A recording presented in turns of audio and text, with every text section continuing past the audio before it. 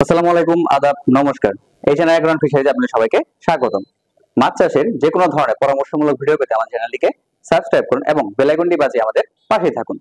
সম্মানিত মাছ চাষী ভাইয়েরা, আপনারা অনেকেই মাছ চাষের ক্ষেত্রে চিন্তায় পড়ে যান যে মাছের ব্যাকটেরিয়াজনিত রোগ হলে আমরা কি ধরনের পদক্ষেপ নিব, বা ব্যাকটেরিয়াজনিত রোগ হলে আমরা কিভাবে বুঝবো যে মাছের ব্যাকটেরিয়াজনিত রোগ হয়েছে। বিশেষ করে যারা ক্যাটফিশ জাতীয় মাছ চাষ করেন, যেমন হচ্ছে গুলশা ট্যাংরা জাতীয় মাছ বা পাবদা জাতীয় মাছ যারা চাষ করেন, তাদের ক্ষেত্রে এই ব্যাকটেরিয়াজনিত রোগ হওয়ার সম্ভাবনাটা অনেক বেশি থাকে। তো এই রোগ থেকে আপনারা কিভাবে পরিত্রাণ পাবেন এবং কিভাবে উপায় পাবেন যে এই মাছ থেকে এই রোগ থেকে আপনারা কিভাবে পরিত্রাণ পেতে পারেন, আসুন আজকে সে বিষয়ে আলোচনা করি। আজকে আলোচনা করবো আমরা হচ্ছে মূলত গুলশা বা ট্যাংরা জাতীয় মাছের যে ব্যাকটেরিয়াজনিত রোগগুলো রয়েছে সেই রোগগুলো নিয়ে। প্রথমেই আসি, এই রোগগুলোর কারণ কি। এই মাছের ব্যাকটেরিয়াজনিত রোগের প্রধান কারণ হচ্ছে কিছু ব্যাকটেরিয়া, যেমন হচ্ছে অ্যারোমোনাস বা হচ্ছে অ্যাডারসিলোটার্ডা, এই জাতীয় যে ব্যাকটেরিয়া গুলো রয়েছে এই ব্যাকটেরিয়া গুলো সংক্রমণের কারণে মাছের এই ব্যাকটেরিয়াজনিত রোগগুলো হয়ে থাকে। এখন আসি এই রোগগুলোর লক্ষণ কেমন, অর্থাৎ কি ধরনের লক্ষণ দেখা দিলে আমরা বুঝবো যে এটা ব্যাকটেরিয়াজনিত রোগ। তো এই ক্ষেত্রে আমরা প্রথমে বলে নেই, এই মাছের যে রোগগুলো রয়েছে বা এই রোগের যে লক্ষণগুলো রয়েছে সেই লক্ষণগুলো অনেকটা আবার দেখবেন হচ্ছে যে ক্ষত রোগ যে বললাম আমরা এর আগের ভিডিওতে, যে ক্ষত রোগের সাথে অনেকটা মিলে যেতে পারে। তো অবশ্যই আপনাকে খেয়াল রাখতে হবে যে সবগুলো জিনিস কিন্তু মিলে যাবে না।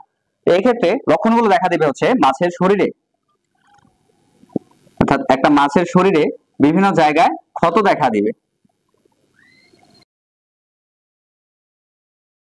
রোগটা হচ্ছে আগের ক্ষত রোগের মতো না। যেমন আগের ক্ষত রোগের মধ্যে আমরা বলেছিলাম যে সেখানে হচ্ছে সাদা, অর্থাৎ তুলার মতো সাদা সাদা অংশ থাকবে মাছের শরীরে বিভিন্ন জায়গায়। তো এক্ষেত্রে সেই সাদা দাগটা থাকবে না। এক্ষেত্রে মাছের ক্ষেত্রে বিভিন্ন জায়গায় লাল বর্ণের যে ক্ষতগুলো রয়েছে সেই ক্ষতগুলো দেখা দেবে এবং সেই ক্ষতগুলো আস্তে আস্তে বড় ঘায়ে পরিণত হবে।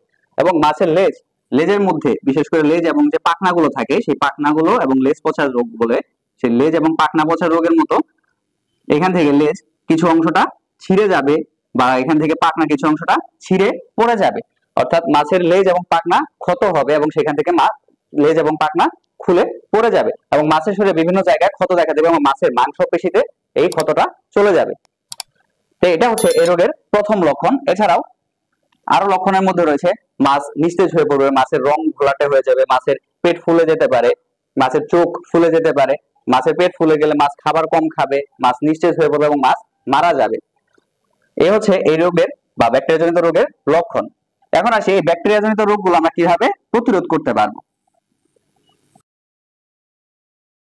অবস্থা হিসেবে সর্বপ্রথম হচ্ছে আমার চাষ ব্যবস্থাকে উন্নত করতে হবে, অর্থাৎ আমার সঠিকভাবে সঠিক ঘনত্ব নিয়ন্ত্রণ করে আমাকে মাছ চাষ করতে হবে এবং ব্যবস্থাপনা সম্পূর্ণভাবে ভালো রাখতে হবে। তাহলে রোগ প্রতিরোধ ক্ষমতা মাছের বেশি হবে বা রোগ প্রতিরোধ বেশি হবে বা মাছের রোগ কম হবে। প্রতিরোধ ব্যবস্থা হিসেবে পানির যে গুণাগুণ, অর্থাৎ পুকুরে পানির এবং মাটির যে গুণাগুণ, সেই পানি এবং মাটির গুণাগুণটা খুব ভালোভাবে নিয়ন্ত্রণ করতে হবে। তাপমাত্রা বেশি ওঠানামা করতে দেওয়া যাবে না, পিএইচ নিয়ন্ত্রণ রাখতে হবে, অ্যাসিডিক পরিবেশ নিয়ন্ত্রণ রাখতে হবে। পুকুরের পানির যে ভৌত রাসায়নিক গুণাবলীগুলো রয়েছে সেগুলো নিয়ন্ত্রণ করতে হবে, তাহলে রোগ হওয়ার সম্ভাবনা অনেক কম থাকবে। এবং অবশ্যই আপনাকে খেয়াল রাখতে হবে অন্য কোনো খান থেকে, অর্থাৎ অন্য কোনো উৎস থেকে পানি আনার সময় বা পানি পুকুরে দেওয়ার সময় সেই পানি যেন পরিষ্কার থাকে এবং জীবাণুমুক্ত থাকে সেদিকে আপনাকে খেয়াল রাখতে হবে। প্রতিরোধ ব্যবস্থা হিসেবে আপনি প্রতি মাসে একবার চুন প্রয়োগ করতে পারেন এবং লবণ প্রয়োগ করতে পারেন। এখন আসি প্রতিকার ব্যবস্থা। আমরা এই রোগ যদি হয়ে যায় সেক্ষেত্রে আমরা কি ধরনের ব্যবস্থা গ্রহণ করলে এই রোগ থেকে মুক্তি পেতে পারবো। রোগ যদি হয়ে যায় সেক্ষেত্রে প্রতিকার ব্যবস্থা হিসেবে প্রতি শতকে 200 থেকে 250 গ্রাম হারে চুন এবং লবণ প্রয়োগ করতে হবে।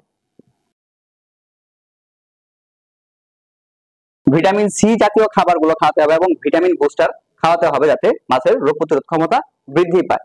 মাছে প্রতিকার হিসেবে আপনি পারম্যাঙ্গানেট তুতে ব্যবহার করতে পারেন 1 থেকে 2 গ্রাম প্রতি লিটার পানির ক্ষেত্রে, বা 1 থেকে 2 ppm প্রতি লিটার পানির ক্ষেত্রে, অথবা 1 থেকে 2 গ্রাম প্রতি শতকে আপনি ব্যবহার করতে পারেন। এছাড়াও অক্সিটেট্রাসাইক্লিন জাতীয় যে ওষুধ রয়েছে, অর্থাৎ অ্যান্টিবায়োটিক যে ওষুধটা রয়েছে সেই ওষুধ খাওয়াতে পারেন আপনি 50 থেকে 75 মিলিগ্রাম প্রতি কেজি মাছের প্রতি কেজি খাবারের সাথে 50 থেকে 75 গ্রাম অক্সিটেট্রাসাইক্লিন ওষুধ ভালো করে মিশিয়ে মাছকে 5 থেকে 7 দিন খাওয়াতে হবে, তাহলে এই রোগ থেকে আপনি পরিত্রাণ পেতে পারবেন। এছাড়াও প্রতিকার ব্যবস্থা হিসেবে যে মাছগুলো আক্রান্ত হয়েছে সেই মাছগুলোকে আলাদা করে এনে আপনি তুতের মধ্যে ভিজিয়ে রাখতে পারেন বা ডুবিয়ে রাখতে পারেন কিছুক্ষণের জন্য। তাহলে এই মাছগুলোর রোগ প্রতিরোধ ক্ষমতা বৃদ্ধি পাবে বা মাছগুলো আর অন্য মাছ আক্রান্ত হবে না। এবং যে মাছগুলো মারা গেছে বা আক্রান্ত মাছ সেই মাছগুলোকে পুকুর থেকে আলাদা করে সরিয়ে ফেলতে হবে, যাতে আর অন্য কোনো নতুন মাছ এই রোগ দ্বারা আক্রান্ত না হয়। আজকে এই পর্যন্তই, ধন্যবাদ সকলকে।